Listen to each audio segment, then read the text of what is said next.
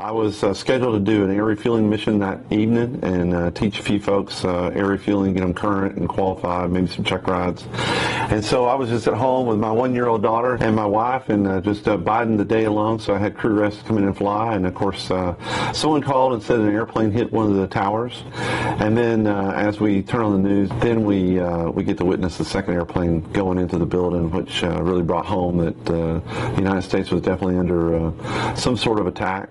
Looks like it went into the Pentagon. What happened? What? The building collapsed. 2 airplanes have crashed into the World Trade Center in an apparent terrorist attack on our country.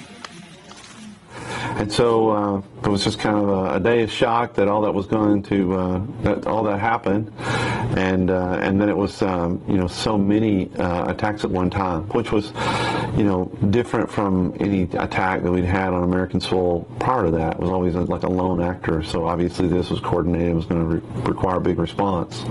Probably one of the biggest problems was slowing everyone down, because everybody was ready to go. Tell me where I can go, what I can do, and how I can get there. The airline travels were shut down for several days, and I flew a mission a few days after the towers fell up to Wheeler Sac in the north part of New York, and we flew by New York City, saw the smoke, but it was surreal because we took off out of here and there was really no one to talk to. There was nobody else flying.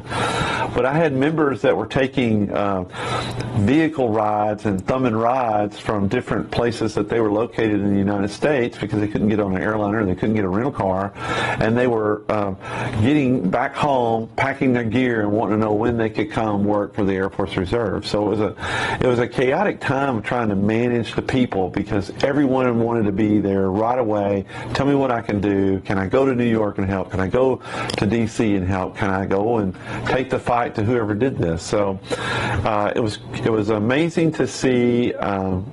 It was amazing to see that cohesiveness and that drive to keep the American dream, the American way of life intact, even in such a horrific event with so many innocent people who couldn't fight back and were taken from us. As a nation, we have so many things that divide us. But when it comes to freedom and defending that, you will find a unique way to see people unified and be extremely surprised at how passionate we become at defending that way of life.